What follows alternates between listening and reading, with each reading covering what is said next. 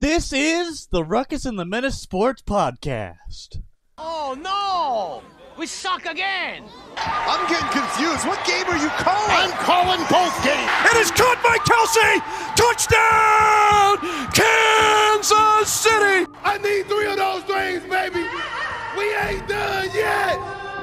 We ain't done yet! You like that? You like that? I like that! How's it going, Ruckus and the Menace Sports fam? You're watching another Ruckus and the Menace Sports production. As we are now on episode 104 of the Ruckus and the Menace Sports Podcast. I'm Menace the Menace. Oh, crap. Sorry, you couldn't hear me going, woo! I can hear you. I can hear you. I just was rolling. I was just rolling right through it. You know, the thing is, Discord on my mic thing, I didn't know if you could hear it, but I'm sorry, but woo! Ruckus always causing a ruckus. I could hear it enough. I could hear it enough that it was just stone cold rolled through that. And on this episode of the Ruckus and the Menace Sports Podcast, we go through the opening transaction log and the starting lineup. We have our Eastwood segment, the good, bad, and the ugly, and our beautiful tumbleweed footage. The high heat, where we talk about the beautiful game. Color commentary, where we discuss the NBA, draft, and free agency. And then our stud and dud of the week. We have very limited NFL this week, just simply because there's only so much NFL that we can really do at the moment. And there's only so much that can be done anyways with sports. That's why we have this. But yeah, let's keep going. Just a heads up. We are 3.5 weeks, actually really 3 weeks away from the Olympics. Yes, we will be keeping up with things involving the Olympics. We will have the torch, Menace. You have something to talk about with the Olympics right now? Oh, hell no. I was just... Then what torch is there to pass? I don't know. I was thinking Olympics and torches. This is true. This is true. But we have the Olympics in 3 weeks. We can start, and starting on the July 29th episode, pretty much a good amount of our high heat segments are going to be about some early progress that is going on in Paris with the Olympics, keeping up with medal counts and certain events and certain other little things that are along the way. But I did want to throw that in there. Also, March to Octobers are in progress. Ruckus is already completed. But you guys, starting Thursday, you will have Season 2 of my Guardians March to October, because somebody had one job and decided to completely collapse on it. That somebody in this case, I have owned up to it, was me. Yeah, I mean, you actually played by the rules. I kind of played it on easy street, but to be fair. You played a difficulty degree down. So I will give you that. But I am also in a no excuses on that, because I just simply could not execute against the Braves pitching, especially their lefties. I had to deal with Max Fried and Chris Sale, for the record. So if I was going to lose, I am kind of glad that I lost, because you guys will get something a little more truncated and a little more extended in certain cases. Some things will be streamlined, especially for season 2, but you will still have 12 episodes of season 2. Guaranteed. Speaking of baseball, though, I have been kicking some tail in my fantasy baseball league, and I am now in 3rd place in my fantasy league. Woo! Woohoo! All right, let's keep going. But college football, we will have our first EA Sports college football game coming out in over a decade in 2.5 weeks. My pre-order is complete, so series will be going through. I'm going to take a little bit of time to warm up and get used to the game. And we'll be starting to feed in content for both my Road to Glory and Sig Parvis Magna Dynasty series. Graphics are still to be determined because I have not fully decided on the team that I am using for Sig Parvis Magna. That is number 1.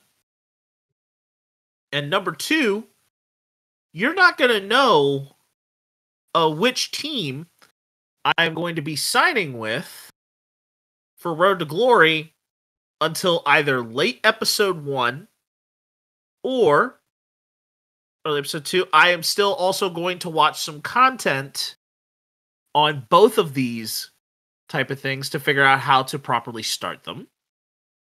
So I will make sure that I am doing everything with this justice. Super Bowl races will kick off when the NFL regular season does. So we will have that action where Ruckus was using the Bears and I am using the Commanders. But now that we've gotten all of our... Can I ask you a quick question?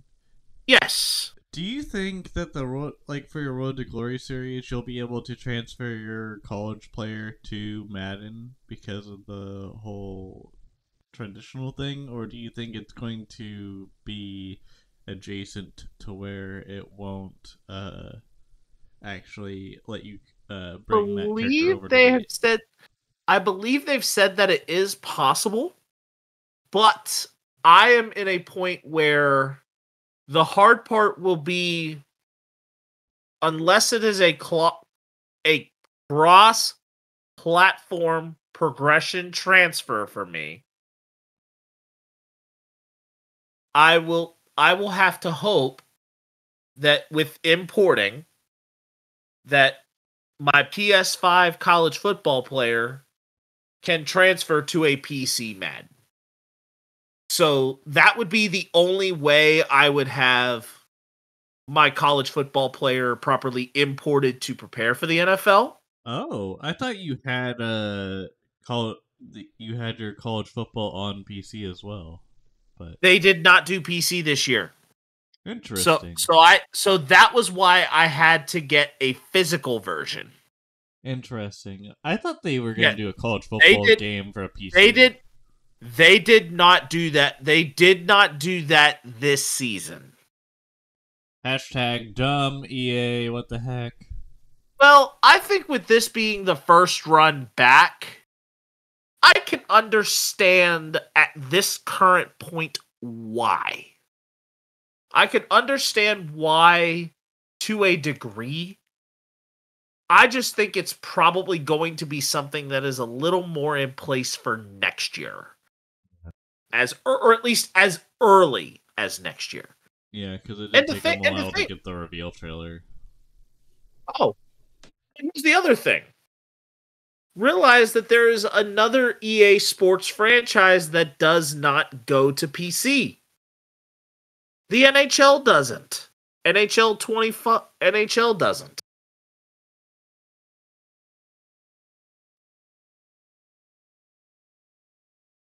But now that we've gotten the potential the content things out of the way and kind of our shameless plugs off the front, let's go straight into the transaction log.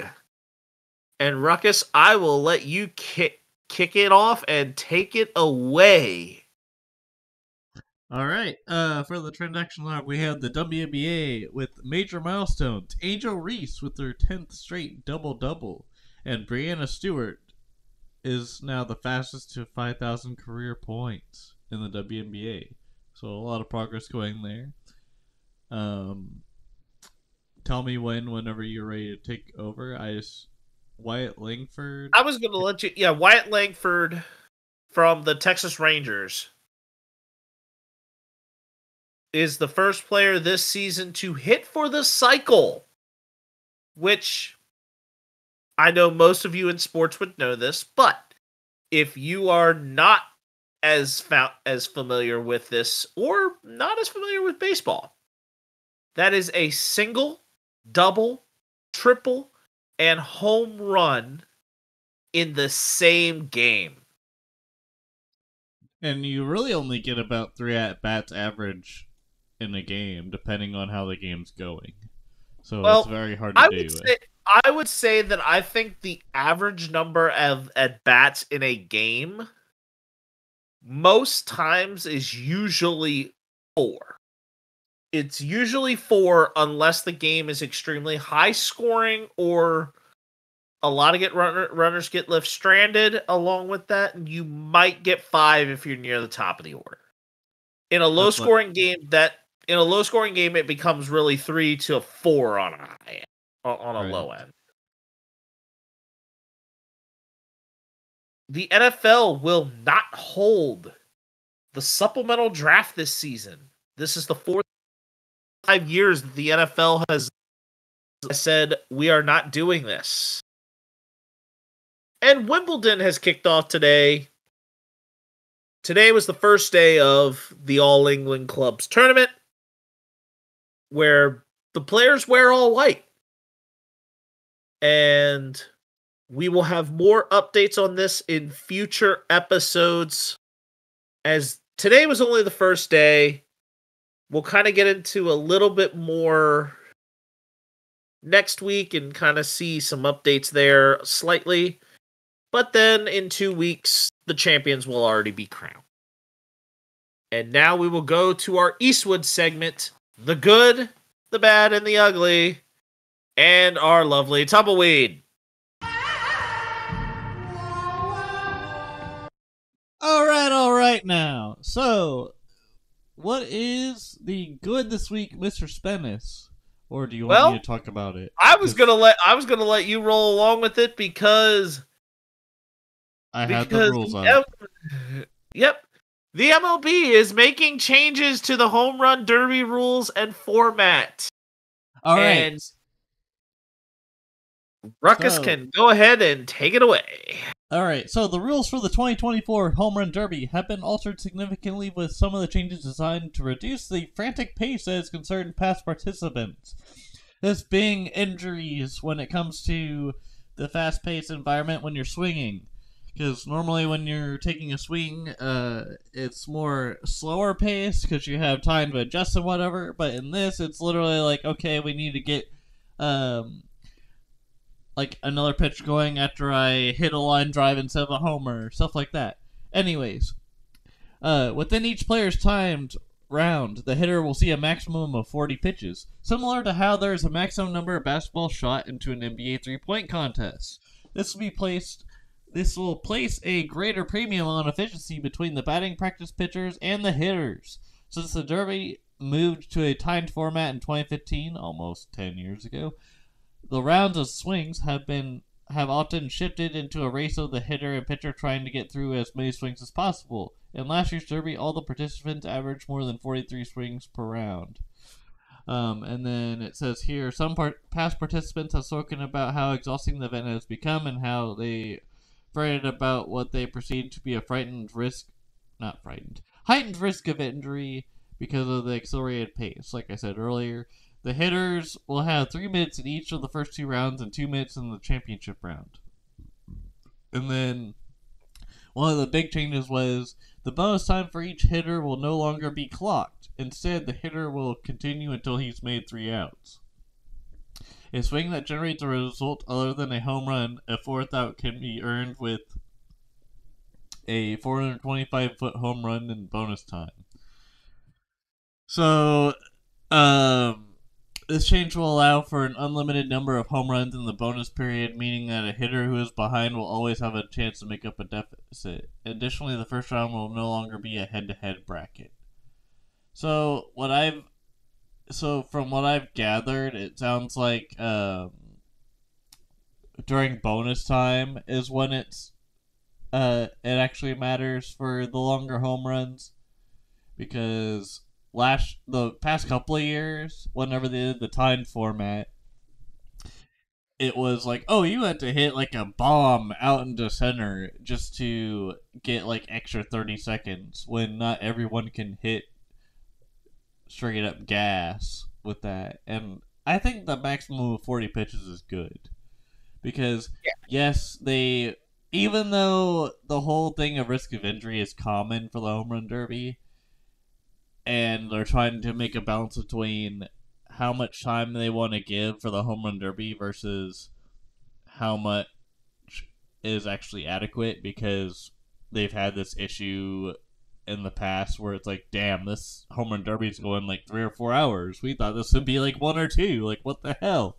And then they're like, all right, well, we'll accelerate it. And then players were, I think it was more so agents, but players talking about risk of injury due to the fact that they're swinging their hips and stuff like that quicker, because they're trying to adjust the timing versus the timing they would have normally in a baseball game. That can cause some problems, but I think this is good for baseball, the maximum of 40 pitches in a home run derby per opponent. I think that is fair, because you can swindle it different ways, and it probably wouldn't be as great as just 40 pitches.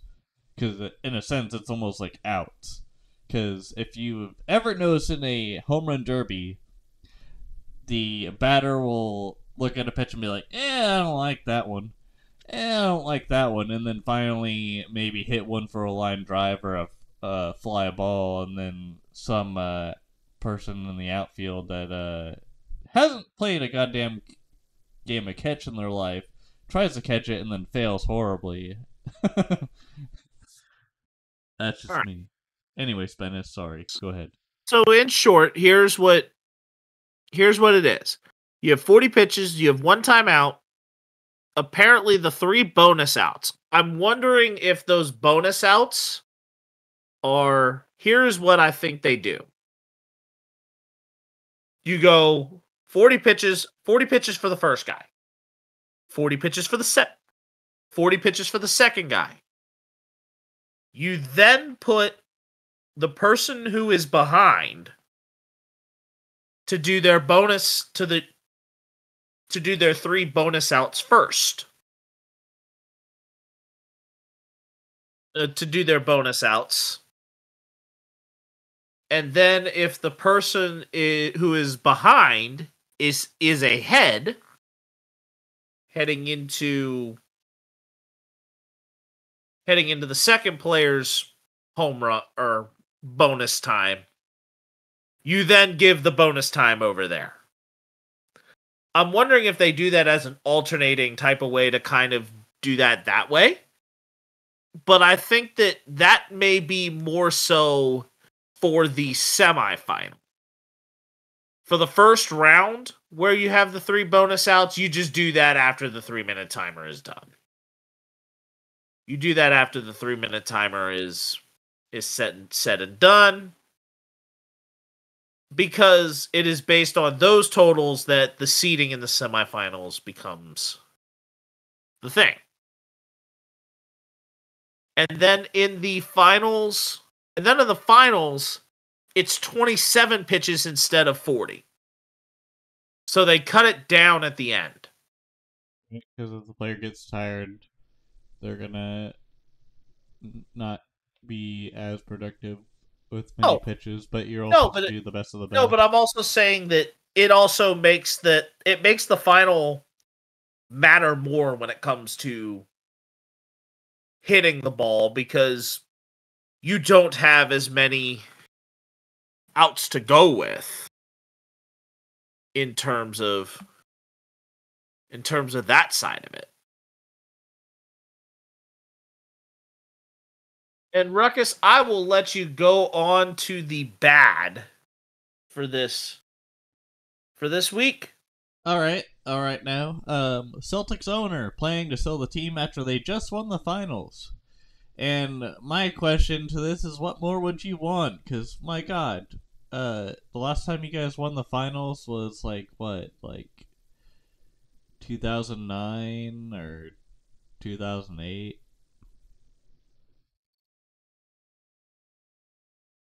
Or was it sooner than that?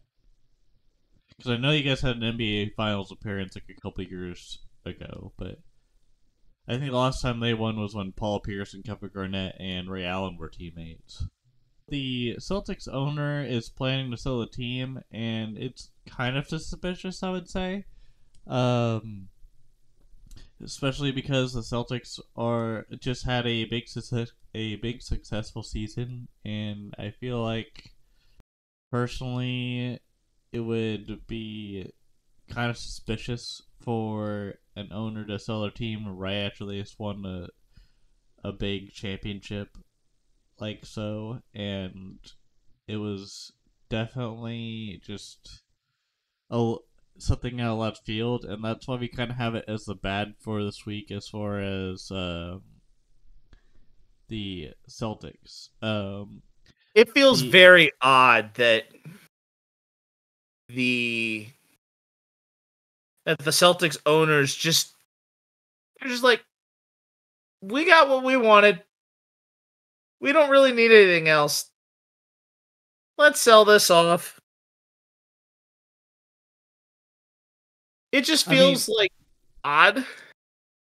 Now I think about it, it could also be a thing of, okay, they could get someone richer to buy it, and then maybe there's a retirement that someone is thinking about doing in the general manager spot, and they want someone that's richer than them to buy the team so that they could pay the players more. Give a proper retirement, yeah. But yeah, and then what is the downright ugly this week, Spennis? The downright ugly this week, other than me having to leave you hanging on that because... No worries, I'll edit it in post. Well, the funny part was that it was actually because my, and I will explain it, my mouse batteries died. So I couldn't move from tab to tab. I couldn't move from tab to tab because I keep these up so I can actually... So that I actually see things that I'm talking about from during the episode, and all of a sudden I'm like, that's an honorable mention, dud. I was not. Well, the dud more so going to my mouse, not going to the batteries that were inside of my own mouse. But the NFL has become liable for, at minimum, $4.7 million. Billion. A billion, yep. $4.7 billion, and the liability could be up to as large as $14.39 billion over the NFL Sunday Ticket lawsuit where antitrust laws were violated in terms of putting it on a special streaming, or not special streaming, but special satellite premium packaging. So that, and Ruckus, I know, had been keeping up with this for a bit, and we even had mentioned, I think, something of this the week before, and now the numbers have officially arrived. So that is so if you divide 142.87 by 14.39, the reason why I say 142.87 is the NFL's net worth is about $142 billion, and they are liable for $14 billion. That's about 10%. Yeah, pretty close to 10%. And with the NFL being the huge corporation that it ends up being, and I mean, the NFL just makes money. Like, it is probably where the fans are the most passionate, and yet at the same time, we knew they were going to make a lot of money. Also, it's a type of fan base where someone will literally rob a bank just to go see a game in Houston. I mean, the tickets are so expensive for the NFL. I'm looking at you, Chiefs. I think it was the Chiefs Wolf or whatever. Chiefs, yeah. It was, anyways, we should transition into the high heat. All right. We go from talking about American football to international football. And the opener that I am going to have this week in terms of that is European Soccer Championships 2024. So heading into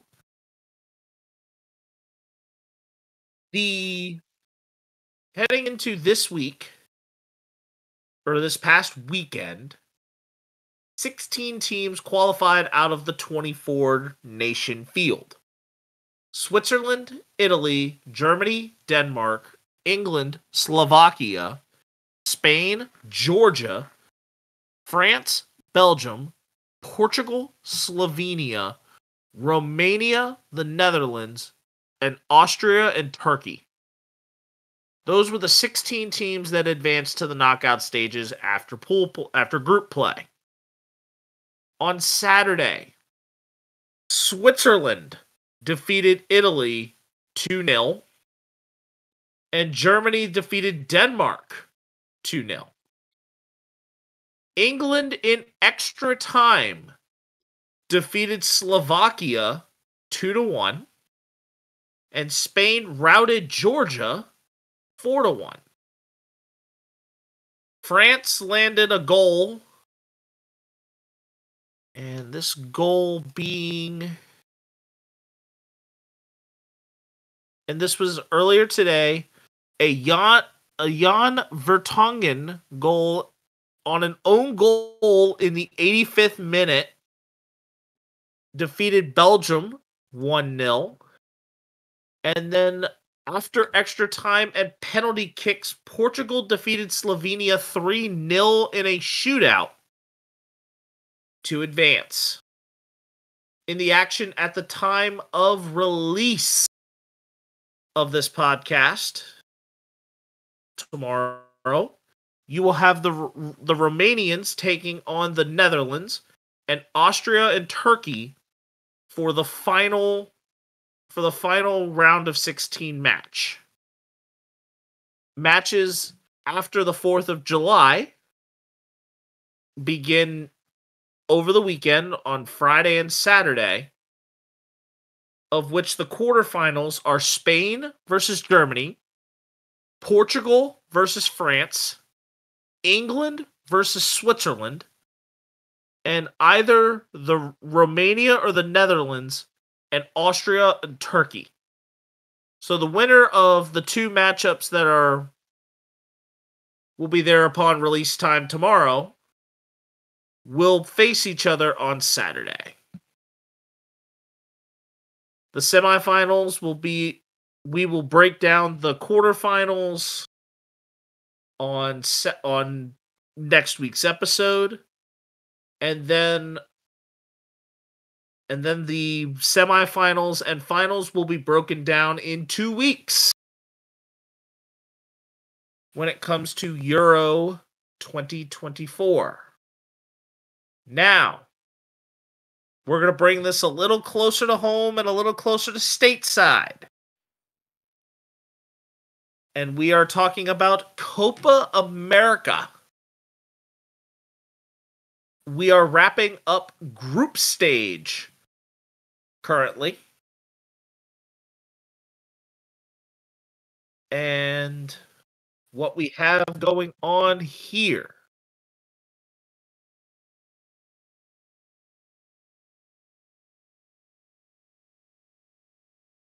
Looking for Copa America. All right. So matches going on today in group stage. Currently, Panama is leading Bolivia 2-1, and Uruguay is leading the U.S. 1-0. And what this ends up being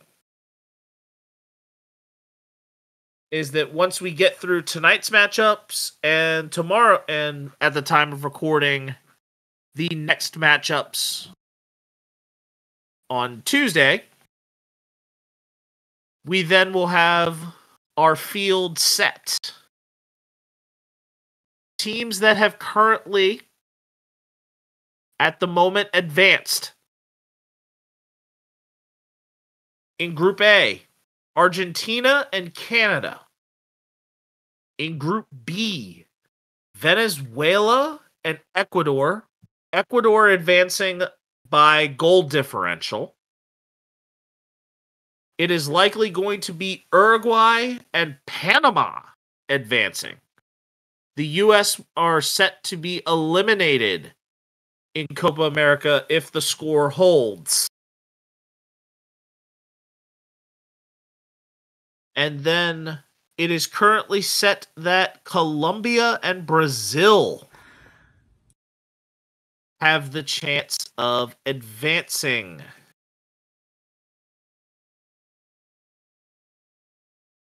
Only major thing that may hold this back is that the final matchups of group stage involve Brazil taking on Colombia and Costa Rica taking on Paraguay. What this would mean is that Costa Rica must win, and win by a goal differential of 7 or more to advance. Colombia then must also beat Brazil. If Brazil draws with Colombia, Brazil automatically advances and Costa Rica is eliminated.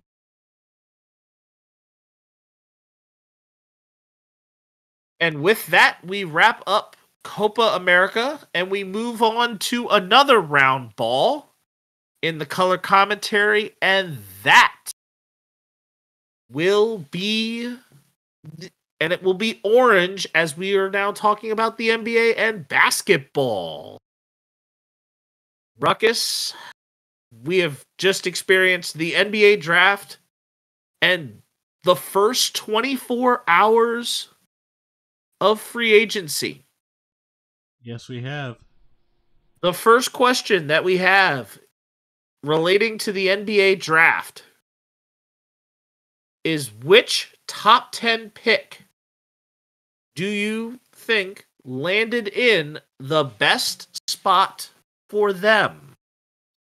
I think Zach Edey of the Purdue Boilermakers put the best spot for him with the Memphis Grizzlies as far as having a strong center in their lineup, because it seems like they need one for the future, especially because there's no Gasols in the building, but also just in general, they need another face to the league in case Ja Morant acts up more, because Ja be doing some stuff. That's how I feel. What do you think? I am going to go actually up a little bit higher in the draft board. And I am actually looking more at picks 2 and 3, with Alex Sarr going to the Wizards, and then Reed Shepherd going to the Rockets. I think the Rockets are really going to benefit from having Reed Shepherd, who can shoot well and pretty much play a good game of basketball. I mean, he is probably the latest And final Calipari one and done in Kentucky. But I think that Reed Shepherd is he's probably going to be a very good asset. Do I think he'll win Rookie of the Year? No. I think that's going to go to Sarr. But Reed Shepherd, I think, is going to be really good for the Rockets. The second question from the draft is, where do we feel the biggest steal of the draft was? I really don't know. I guess the fact that there's a lot more worldwide players than there are actual college players going into the draft. Where did I agree. Furphy go? I need to You look said that up. Furphy? Yeah, there was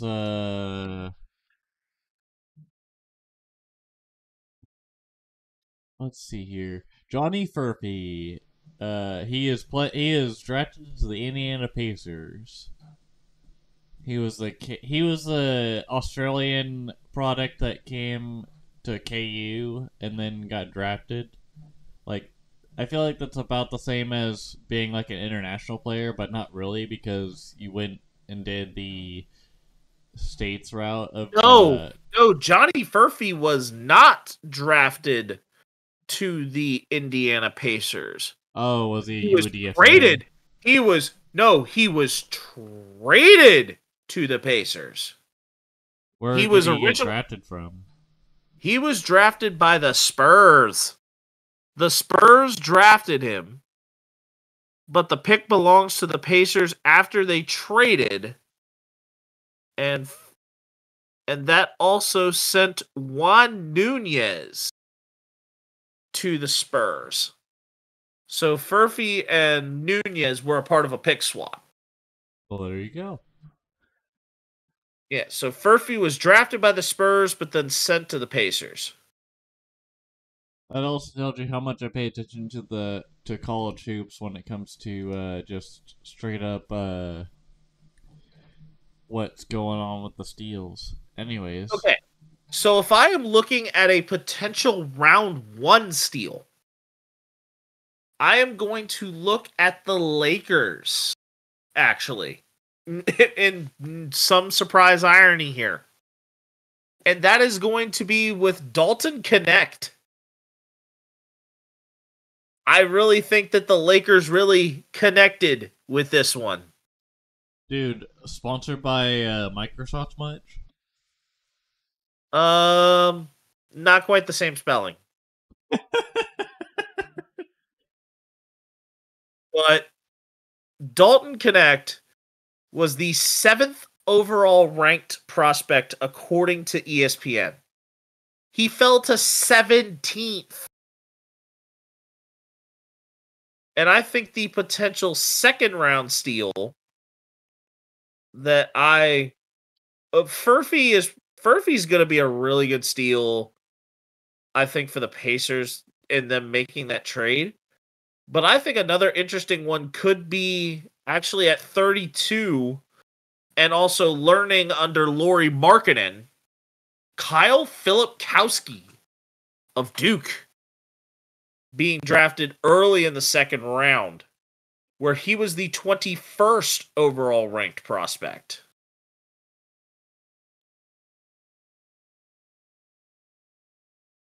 And now we get to the big question. One of the major burning questions of this draft, especially because the Lakers pulled the trigger and drafted Bronny James, the son of LeBron,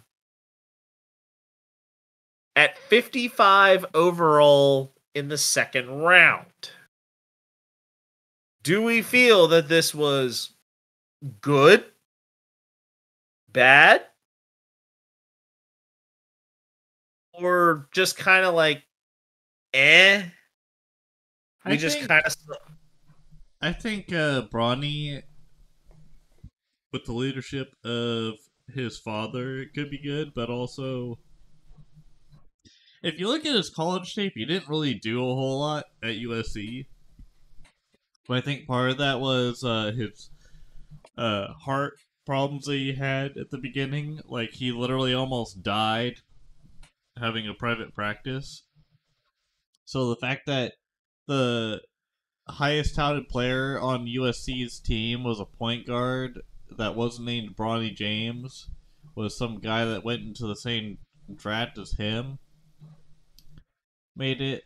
I think it's probably a good idea for Bronny James to get a little bit of experience in the NBA, but I just didn't think he was ready yet. That was the reason why I thought it was a bad move at the beginning whenever we were talking about it before writing. I think if he can take what's coming to him and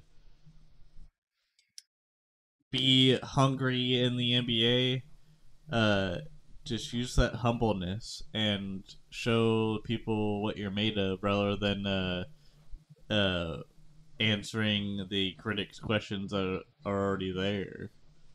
Like, if people are saying, "Hey, you're weak in this point," and it turns out you are, and then you just don't do anything about it, well, then you just made the critics the reality of the situation rather than proving them wrong. So I think it's an alright move. So here is where I stand. The Lakers are already box office enough, even without having drafted Bronny James while LeBron is still on the roster. Or at least now currently opted out and looking for a new deal. The Lakers have now, ever since they drafted Bronny, have now turned into a media three-ring circus. There will be questions of talking about nepotism with him. There will be questions involving the spectacle that is the opportunity to have father and son play on the same team in the NBA. Something completely unprecedented. It's been done in baseball, but it has not been done in the NBA. History can be made there. But the spectacle and the hoop of that is what I think everybody is trying to hope for. However, I think if Bronny even dares put himself in a position to be with the Lakers, I really think it needs to be on a two-way contract. I do not believe he, overall wise, is ready for the big time. I would also agree on that, too. It needs to be a two-way contract, and Bronny starts out in the G League. Start out in the G League, develop, get your game right, but you're on a two-way contract. So if there's a need that arises and you get called up, you're ready. You're ready and you're there. And entitlement, I don't think really is a major thing, is going to be a major issue with Bronny. As long as you don't have the puffed up entitlement, hey, I'm the son of the best player in the league and potentially one of the greatest players of all time. Like, if you have the ego, if you leave the ego at the door and just completely set it to the side, Bronny, you will thrive. I don't think it's a problem with Bronny. I think the problem is maybe LeBron is going to be like, oh, I want to play with Bronny. Because LeBron James has the biggest ego out of all of them. So I think it would be more so LeBron rather than Bronny. But there is pressure on Bronny to perform in the professional aspect of things in professional basketball in the NBA. That is a fact. Why does this remind us of a certain I mean, the only difference is that the father in this case has made it to the NBA and made it at the highest level. It sounds like there's the potential threat of it being LeVar Ball syndrome. Not necessarily, because LeVar sold out his kids lost! and also put them in lost! internationally. Dude, literally the only kid that actually succeeded from college to the pros was because Melo didn't go to college. Lonzo Ball. Like, literally, Lonzo Ball was the only one that actually succeeded, and then the other two got in trouble with the law overseas, and then I didn't recall anything being in trouble with LiAngelo had the issue with the trouble with the law overseas. LaMelo, the issue was him going to a pro ball team overseas while he was overseas while he was still in high school.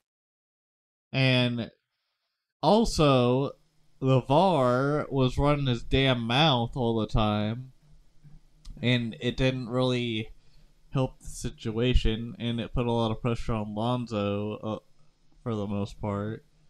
And Big Baller Brand. Okay. Big Baller Brand was just it was an expected nosedive. Because the Big Baller did not know how to run business. The Big Baller, even though he says he never lost, the dude took probably a monstrous L.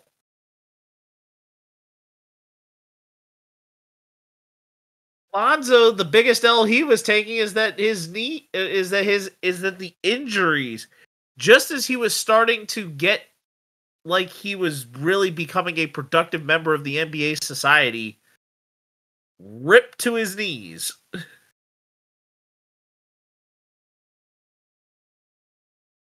And that injury bug has kind of put him in a very, very bad place.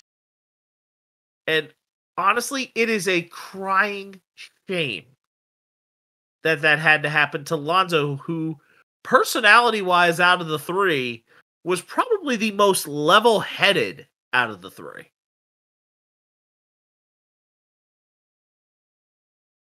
Yes, Lonzo, I feel, or I definitely have the great interpretation here of saying that Lonzo, out of the three sons, was the most level-headed out of the three of them. For sure. What was the biggest move in the first 24 hours of free agency for you? Well, I have about a couple. I think I've got about a couple that really, if you want to talk about the big names, the big names that I think are going to be majorly impactful, I am probably going to say Klay Thompson to Dallas.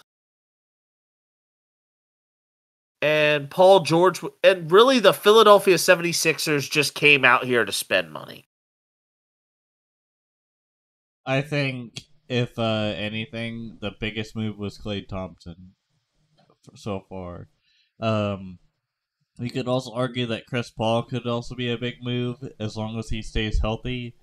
But Klay Thompson with Luka and Kyrie could be a triple threat. But they also have to all stay healthy, and they also have to be able to defend properly, but also just be on the same page. Because Kyrie's kind of a loose cannon. Luka just tries to be what Luka does, and then Klay tries to play the same role as Luka in a sense with the Splash Bros. I feel like everyone was thinking that Klay's not the same player. Here's the thing. Can I finish? Klay is not the same player. I think people were thinking that Klay was going to join the Lakers as well as going to say originally, and that was kind of the narrative they pushed. And then all of a sudden, he decided to go to the Mavericks instead, which makes sense because in LA the taxes are pretty extreme, even Oh, on California as a whole. yeah. So like the fact that Texas doesn't really have a state tax when it Yeah, comes there's to no state tax in Texas. Yeah. like that's a no-brainer to go to Texas, and plus you have competition there. So like the fact that he went to the Mavericks is pretty good, and it looks good on their state. Looks pretty good for him. Um, I don't But know. It's been I a am very wild one so far. I am going to give you your rebuttal on Klay Thompson, and like with you saying that Klay Thompson's going to try and do the same thing as Luka Doncic. I disagree. If you want to talk about one of the greatest shooters to do stuff without the ball, you look no further than Klay Thompson. Steph Curry is more dangerous with the ball. Klay Thompson is more dangerous without it. There were a few games that Klay Thompson had where he would score about 30 to 40 points and dribble the ball only about maybe 3 or 4 times. Yeah, Klay Thompson is a spot up beast. And that will overall make the Mavericks even deadlier when it comes to shooting the ball from range. Because Klay Thompson is going to do that off of good screens that set him up. You get him without the ball, he's deadly.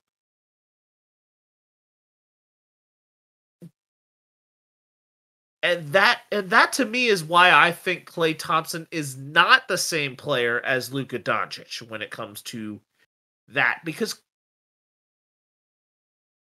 all Klay Thompson has to do is just receive the ball.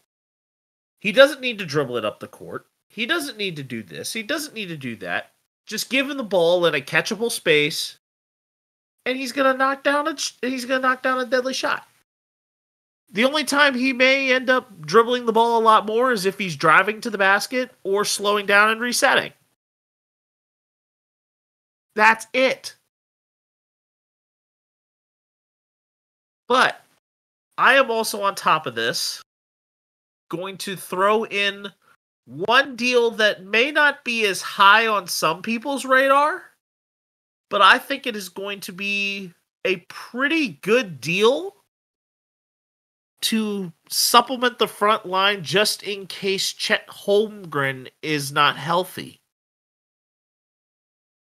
And that is Oklahoma City bringing in the basketball IQ of Isaiah Hartenstein to a 3-year, $87 million deal at center. Yes, this now gives them a little more of an insurance policy with a sound player in Isaiah Hartenstein. I think this is probably the biggest deal that very few people, other than maybe Stephen A. Smith not being happy that New York didn't also prioritize getting him or keeping him. But I think Isaiah Hartenstein is going to be one of those underrated low-key moves that has the potential to move a needle.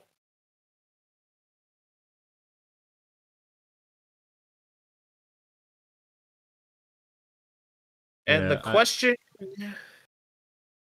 question now begins.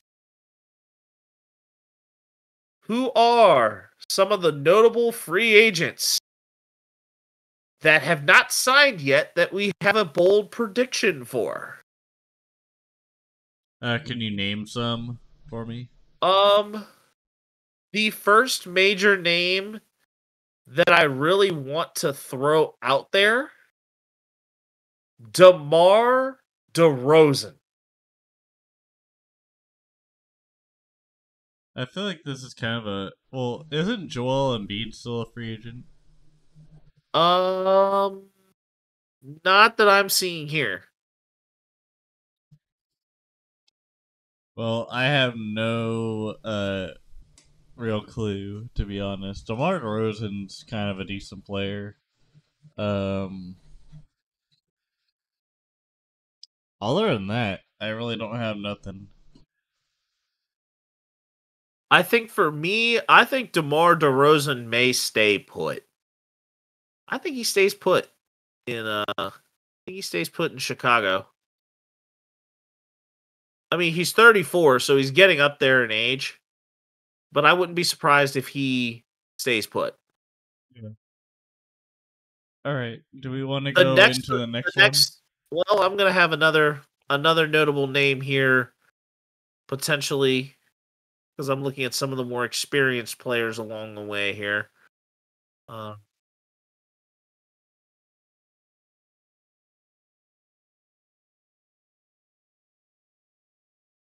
I potentially could have said, well, Danilo Gallinari, Gordon Hayward, Kyle Lowry, who I think is probably should retire. Thaddeus Young, JaVale McGee, aka Tragic, Dude, aka Tragic Bronson.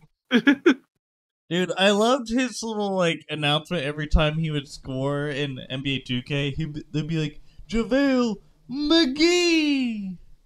Like it would sound like the Yee dinosaur, like bop bop bop bop bop bop bop bop bop bop bop bop bop bop bop Yee. Like you know what I'm talking about. Hopefully, Yeah, yes, I think so. But Buddy Hield is a notable name that I think. Ooh, that's a good one. Buddy Hield.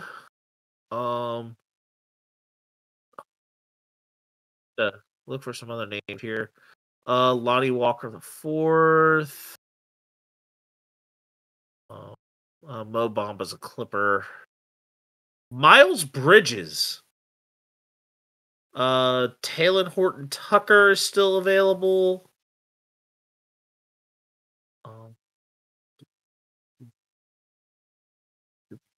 Year. Udoka Azubuike. Haywood Highsmith from Wheeling Jesuit. Sadiq Bey. I think we need to move on. Yeah, I'm just looking up some notable names that are still kind of going along here, but we now can move on to our stud and dud. Ruckus. All right, so my stud for this week is Bo Jackson's Hall of Fame induction ceremony and the speech about getting tossed on purpose to see pregnant wife. I watched it live, and I thought not only was his Hall of Fame induction very cool, but the speech about him getting tossed on purpose was funny. But also he talked about the future when it comes to spoiling his grandkids with jacking them up on sugar and whatever. I thought that was funny. And then the dud, which last week we had a something about I believe it was Dan Orlovsky ripping butt on stream or on during No, the you said was it Neil Walker? It wasn't Orlovsky. Oh, it was Neil Walker. But anyways, speaking of that, Lake County Captains are unveiling their premium Roto-Rooter toilet seats at their stadium. Yes, you heard that right. Literally, at the high A affiliate for the Cleveland Guardians, Lake County Captains unveiled premium seating that is literally a toilet seat. My guess is you're probably not allowed to crap in the toilet. You're probably allowed to sit on the porcelain zone but not actually use it. Which, honestly, I think is highway robbery, but at the same time, it'd be more highway robbery for the people behind you. Because, my god, what if you, made a very smelly and nasty doubloon in the toilet? probably not great for the person behind you. That's all I'm gonna say there. Anyways, Spennis, go ahead. Okay. My stud this week goes to Mets infielder Jose Iglesias.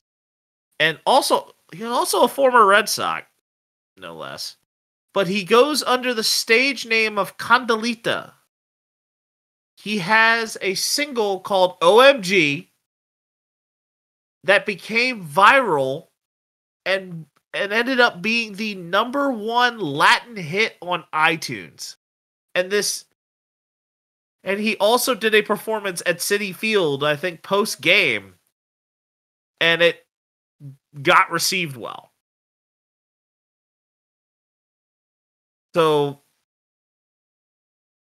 So yeah, you would have that athletes want to do stuff involving music, and some musicians want to be ball players.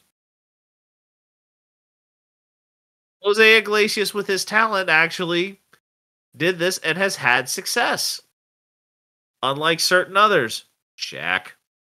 Actually, Shaq might have had a little bit more success.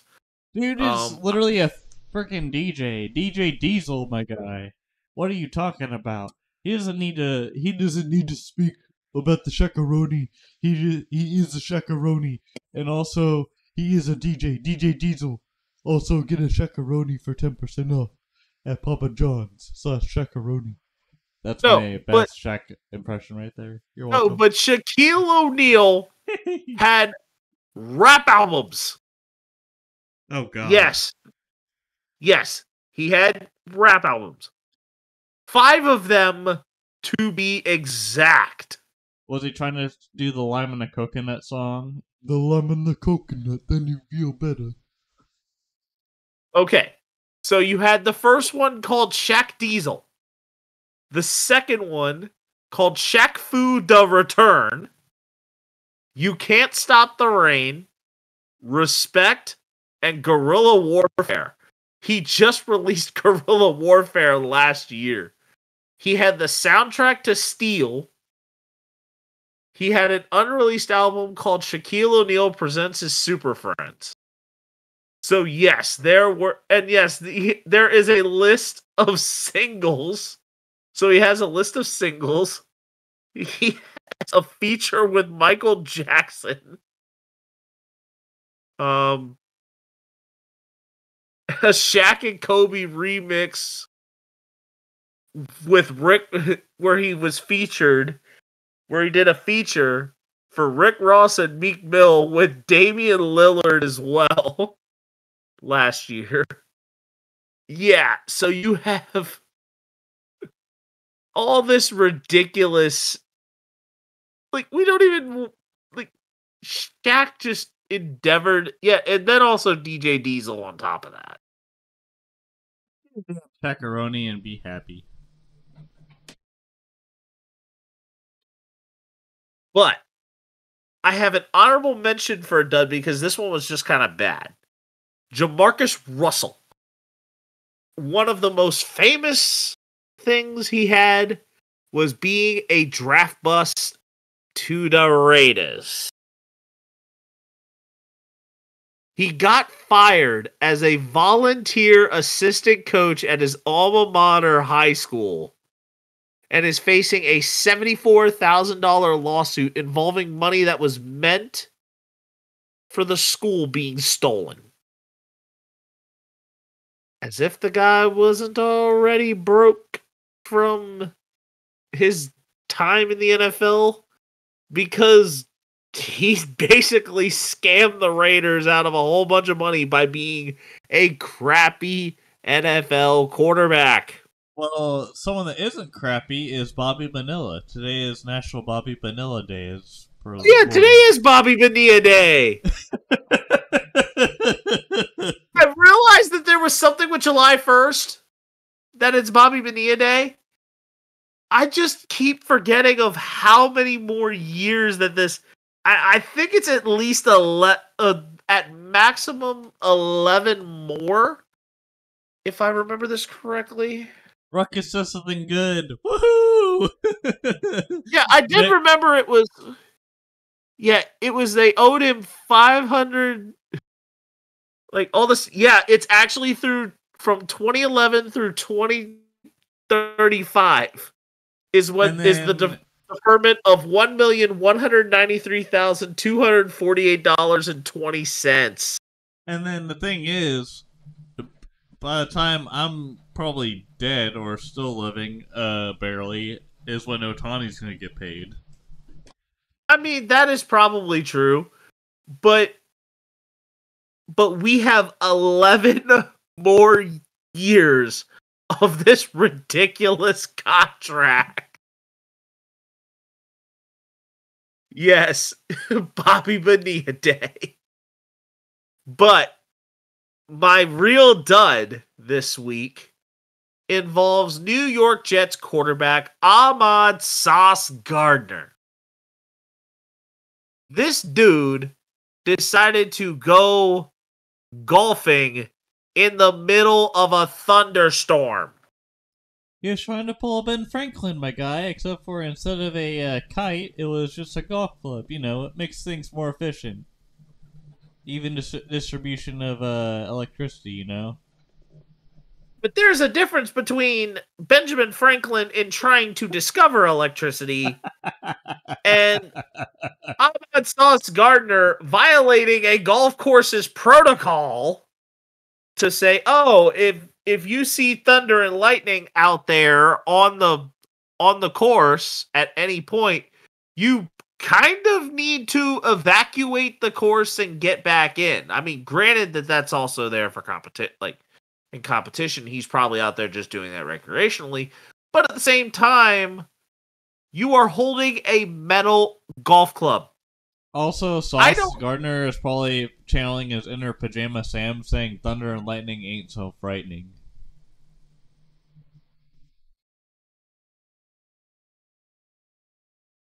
I went there.